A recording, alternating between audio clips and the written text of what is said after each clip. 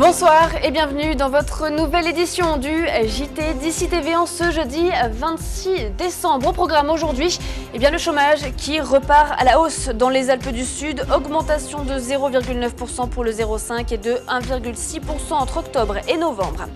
Les galères se poursuivent pour les usagers de la SNCF en cette période de fête dans les Hautes-Alpes. Retards et annulations se multiplient. Et puis la neige, tout juste de quoi rassurer, elle est tombée sur les hauteurs des grandes stations. Ça reste compliqué pour les stations de moyenne montagne, on en reparle dans ce journal. Et puis votre météo, justement, du beau temps prévu pour demain et retour du mauvais temps prévu pour samedi.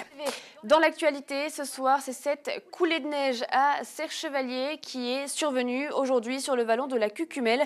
Deux skieurs, le père et son fils, ont été secoués dans l'avalanche, originaires de l'Indre-et-Loire. Ils ont 50 ans et 15 ans. Légèrement blessés au niveau du bassin, ils ont été évacués sur l'hôpital de Briançon par le PGHM. Alors cette avalanche s'est produite sur la piste de la Cucumelle et à la station, c'est l'incompréhension. Les 70 pistes avaient été vérifiées ce matin et il n'y avait jamais eu d'avalanche sur ce secteur auparavant. Écoutez Jean-Yves Salle, le directeur des remontées mécaniques de Serre-Chevalier. On n'a pas d'explication. Ce qu'on sait, c'est qu'il y avait des skieurs qui étaient devant. Alors est-ce qu'ils sont passés au-dessus, qu'ils auraient coupé le manteau neigeux au-dessus et qu'au moment où les deux autres skieurs sont arrivés, ça s'est déclenché? Non, on ne sait pas. Tout le domaine avait été sécurisé ce matin. Il y a plus de 70 tirs qui ont été faits et on n'a eu aucun souci sur le reste du domaine. Donc voilà. Enfin, en tout cas, c'est la première fois que ça arrive dans ce coin-là. Alors peut-être que les conditions étaient particulières, mais pour nous, il n'y avait pas de problème particulier. Le chômage, je vous le disais en titre, repart donc à la hausse dans les Alpes du Sud. Pôle emploi vient de publier ses chiffres pour le mois de novembre. Augmentation de 0,9% dans les Hautes-Alpes et de 1,6% dans les Alpes de Haute-Provence. C'est plus que la moyenne régionale et nationale. En France, le nombre de chômeurs de catégorie A, c'est-à-dire en recherche active d'emploi, augmente de 0,5% sur un mois. Sur un an, c'est plus 0,3% pour les Hautes-Alpes et plus 9,5% pour les Alpes de Haute-Provence. Le nombre de chômeurs s'élève à 14 537 personnes dans les Alpes du Sud. La galère sur les rails des Hautes-Alpes depuis le début des vacances de Noël. Les retards ou les problèmes techniques se multiplient au niveau de la SNCF. Du côté des passagers, c'est la colère qui prime. Le reportage est signé Clara Lostis.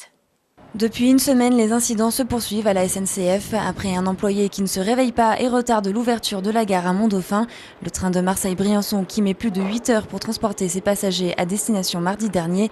Ce matin, c'est un chauffeur qui n'est pas venu et qui a retardé les transports à la gare de Gap. C'est encore la ligne vers Marseille qui en a pâti. Les passagers qui devaient partir à 9h20 ont attendu sur le parking de la gare que des bus viennent les chercher. En effet, une société privée a organisé des lignes de bus pour transporter les passagers à bon port. Des incidents qui s'accumulent et qui commencent à agacer. Il y a quand même un retard d'une bonne demi-heure là. Quand ils ont décidé de faire grève, en principe, on ne peut pas changer les choses. Nous devions partir à 9h20, le train est supprimé. Donc nous attendons un car qui doit nous ramener sur Marseille. J'espère avant 13h30 puisque nous avons le train qui part de Marseille sur Bordeaux à 13h30. Quand on a des correspondances à prendre, tout le monde est plus ou moins stressé et tout le monde se bouscule un petit peu. On devrait prendre le train et puis finalement on prend un bus. On devrait prendre un puis c'est un autre qui nous mènera normalement directement à Marseille. S'il y a un mouvement de grève, c'est qu'ils doivent avoir une raison bien précise, je l'espère. Que ça ne dure pas trop longtemps quand même. Des incidents auxquels la SNCF trouve des solutions, mais les voyageurs et les employés de la SNCF espèrent bien sûr qu'il n'y en aura pas davantage pendant les vacances de Noël. Et oui, on espère donc depuis une semaine les passagers que les couacs s'arrêteront à la SNCF d'ici les jours qui viennent. Dans l'actualité également ce soir, vous les avez peut-être vus si vous êtes passé par Gap sur le rond-point du Cèdre. Ces banderoles, elles ont été affichées par le mouvement des papas en colère. Ils dénoncent le système de placement des enfants dans les couples divorcés. Celles placées sur Gap sont à l'initiative de deux papas des Hautes-Alpes. Christian et Eric d'ici TV les a rencontrés. Alors effectivement, il a été décidé de mettre des banderoles sur le rond-point du Cèdre à Gap avec deux messages différents. Un qui portait sur l'égalité parentale, un autre sur un certain nombre de dysfonctionnements et dérives dans certains services sociaux. L'idée était tout simplement d'alerter un petit peu l'opinion publique par rapport à ces situations qui sont très compliquées, qui amènent beaucoup de difficultés pour des enfants en premier lieu, pour des parents, des mamans, des papas qui subissent ces services qui sont quelquefois très compliqués et qui amènent beaucoup de désagréments dans la vie de tout le monde. Donc l'idée était de gentiment alerter et de pouvoir, si possible, lancer un débat au niveau local par rapport à ces situations. La personne que j'ai rencontrée, le directeur de cabinet, ne m'a pas donné de réponse précise. Par contre, il m'a enfin écouté. C'est énorme. C'était, je dirais, ça a été mon plus beau cadeau de Noël. Et puis zoom ce soir sur les jeunes, l'avenir politique dans les Hautes-Alpes. On les découvre à l'occasion de la campagne municipale pour mars 2014. Ces jeunes, eh bien, ils sont 3 dans les Hautes-Alpes. Christophe Pierrel, membre du PS, Arnaud Murgia, UMP, Romain Grisca de droite également. Alors le premier, Christophe Pierrel, fait partie de la liste du Parti Socialiste pour les municipales de Gap. Les 2 autres sont candidats pour la mairie de Briançon. Ils ont tous les 3 entre 25 et 29 ans. Samir Mathieu est parti à la rencontre de ces jeunes qui pourraient bien être l'avenir politique du département. Ils sont 3 jeunes loups dans les Hautes-Alpes. 2 ont choisi d'y venir parce qu'ils s'y plaisent. 1 est de Briançon. Les 3 sont en politique depuis quelques années déjà. Leur engagement n'est pas nouveau. Ils nous expliquent justement ce qui leur a donné l'envie de rentrer en politique. Écoutez Arnaud Murgia, le candidat UMP, 29 ans, qui s'engage à Briançon. Vous savez, moi, je crois qu'il n'y a pas besoin d'avoir 20 ou 30 ans d'expérience pour être compétent. Et je crois surtout que ce que j'ai, moi, c'est de l'énergie et beaucoup de volonté.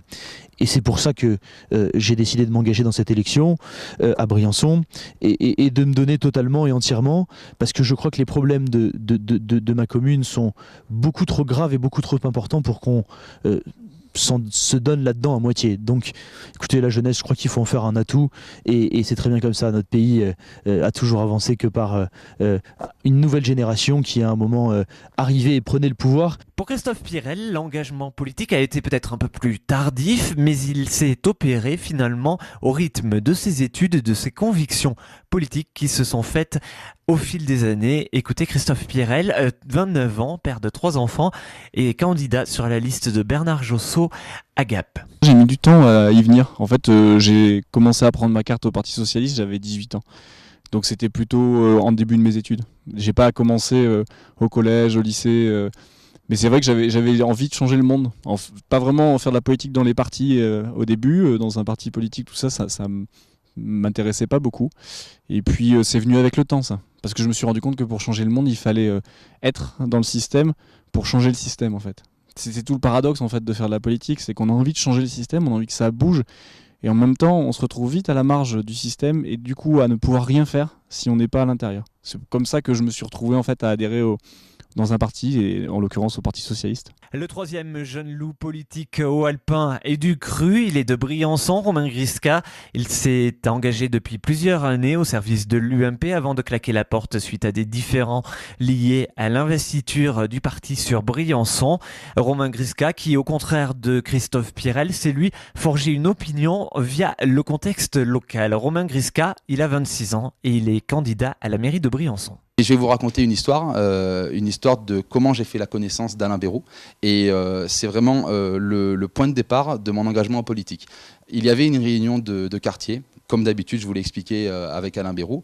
Et cette réunion de quartier, elle était dans l'enceinte du casino de jeu de Briançon, qui venait tout juste d'ouvrir. On était en 2004. Donc je n'avais même pas encore 16 ans.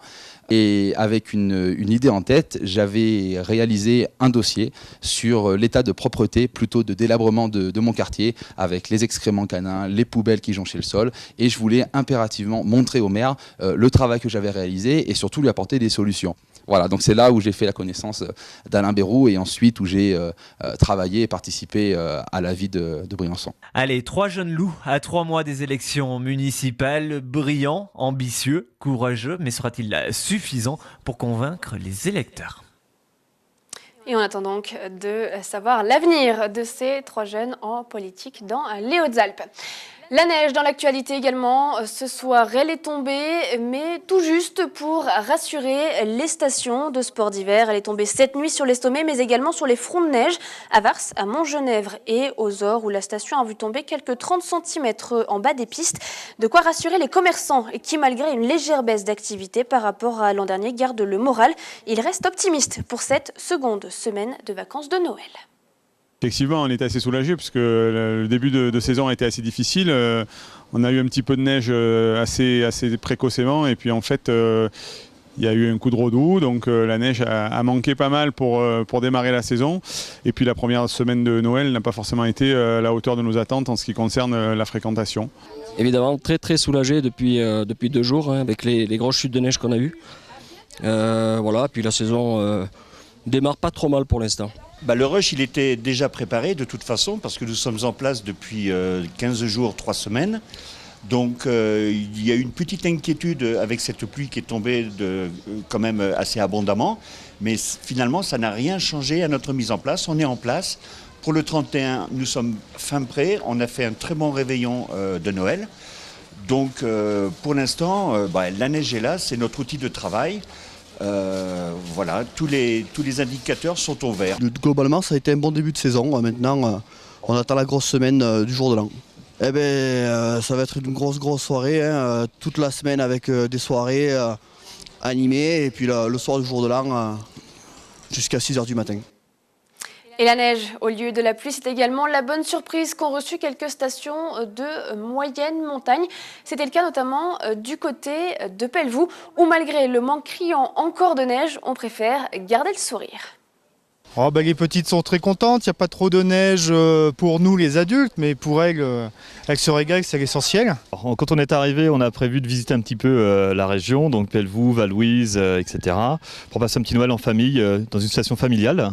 Et nos filles commencent le ski, donc c'était l'idéal. Mais on aurait bien voulu sortir et nous étions équipés pour la neige et pas pour la pluie. Même si en haut, on a mis pas mal, mais là, il n'y en a pas assez, ça tombe dans la neige fondue surtout.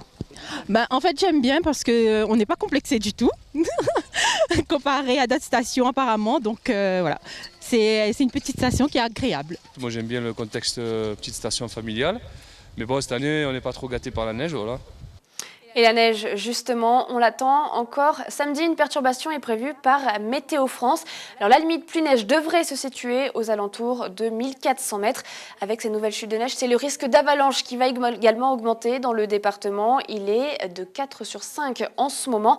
Une avalanche, justement, une coulée s'est déclenchée sur la station de Serre-Chevalier. Aujourd'hui, 2 personnes ont été légèrement bousculées par cette avalanche. Il s'agit d'un père et d'un fils dans le vallon de Cucumel. C'est sur une piste de liaison. Heureusement, les 2 personnes n'ont été que légèrement blessées. Elles ont tout de même été évacuées sur l'hôpital de Briançon. En route pour les marchés de producteurs. Vous le savez, ils se multiplient dans le département à l'occasion notamment des vacances. Jeudi dernier, les producteurs des Hautes-Alpes s'étaient installés dans le centre-ville de Gap pour proposer leurs produits locaux. Et bien demain, ils seront du côté des Ors, dans une ambiance toujours conviviale, une belle façon de se faire connaître selon ces producteurs que nous avons rencontrés. C'est une belle vitrine le marché des producteurs de pays parce que la Chambre d'agriculture, elle a fait quelque chose de bien là, oui. Ça nous apporte de nous faire connaître en dehors de la vallée du Champsaur notamment. Et c'est très sympathique de venir ici sur Gap, rencontrer soit les collègues qui participent à ces mêmes marchés producteurs de pays et nous faire connaître pour l'ensemble du département. L'idée, c'est surtout de rencontrer et de favoriser les circuits courts, de se faire connaître et après les gens nous retrouveront automatiquement s'ils ont découvert nos produits et s'ils sont satisfaits de cette qualité. On participe sous la responsabilité de la Chambre d'agriculture des Hautes-Alpes, on participe au marché producteur de pays. Tous les gens qui sont sur ce marché aujourd'hui, vous les retrouverez forcément sur l'un ou l'autre des marchés producteurs. C'est assez sympa parce que finalement on retrouve un peu nos clients, mais on se fait connaître des autres clients. Même si on est là tous les samedis, ce n'est pas forcément les mêmes personnes qui viennent au marché de Noël et au marché hebdomadaire. Et on ouvre une page Culture dans le JT d'ici, ce soir, Let Me Dream. C'est le nouveau court-métrage du jeune réalisateur wallpain Irénée Rostand. Il a été tourné il y a 2 ans dans l'Embruné. Il a été présenté dans différents festivals nationaux et internationaux où il a d'ailleurs rencontré un vif succès. Aujourd'hui, les projections sont terminées. Vous pouvez le voir sur Internet et en avant-première d'ailleurs sur d'ici.fr. Alors Let Me Dream, c'est l'histoire des relations amoureuses entre adolescents. Le récit est signé Valentin Doyen.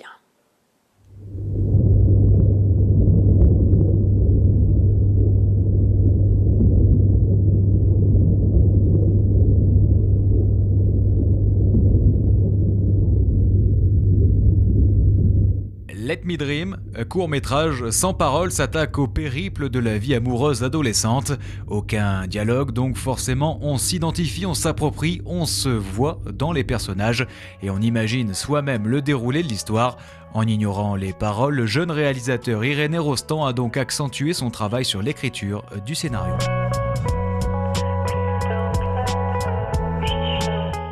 On a pris beaucoup de temps justement sur les plans parce que chaque plan devait avoir une signification et c'était ça qui était intéressant. C'est-à-dire que certaines personnes peuvent se dire ils ont juste voulu mettre des jolies images les unes après les autres.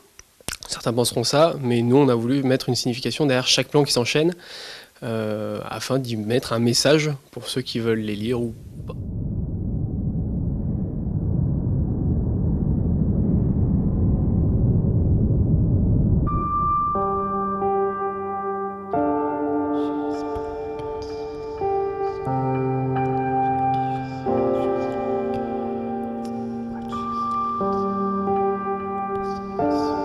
Les acteurs de leur côté sortent des sentiers battus. On retrouve dans Let Me Dream Florian Hessig et Juliette Buche. Côté paysage, direction les Hautes-Alpes où le grandiose et la démesure apporte un sérieux plus au déroulé du film. Un court-métrage plutôt bien accueilli par la critique et qui a même du mal à classer Let Me Dream. Alors ça a été compliqué parce qu'on s'est dit on lance en festival et on s'est très vite rendu compte que Let Me Dream pouvait avoir sa place en festival, mais qu'on ne savait pas dans quelle case le mettre. C'est-à-dire que c'était pas vraiment une fiction, c'est pas vraiment un drame, c'était pas une comédie, pas du tout. Et les gens ne savaient pas où le mettre. Et du coup, on s'est retrouvé dans des festivals un peu originaux, qui mettaient en avant des initiatives un peu nouvelles. Et même les festivals classiques, on s'est retrouvé assez rapidement en face des jurys qui disaient écoutez, il est très bien votre court-métrage, mais on ne peut pas le comparer aux autres. C'est la meilleure des critiques qu'on ait pu me faire en festival. Let Me Dream, un court-métrage d'ici que vous pourrez découvrir en exclusivité sur d'ici TV.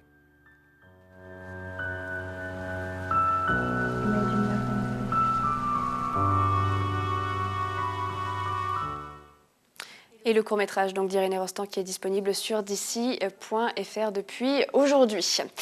L'Observatoire de Château-Renard à Saint-Véran à l'honneur dans Des racines et des ailes. Sur France 3, c'était hier soir. Les passionnés du Kéra ont pu vanter les beautés de la région devant quelques 3 millions de spectateurs.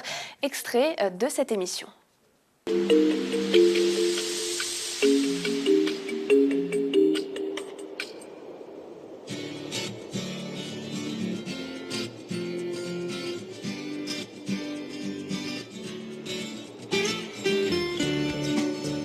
Dans le sud des Alpes, le massif du Kéra est un territoire majestueux. Il s'étend depuis le col d'Izoard jusqu'aux frontières du Piémont italien, avec plusieurs sommets culminant à plus de 3000 mètres d'altitude.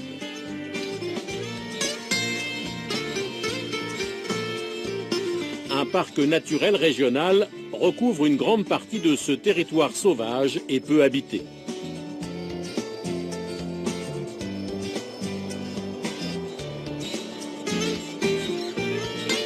Derrière cette crête, un des trésors du Kéra apparaît, Saint-Véran.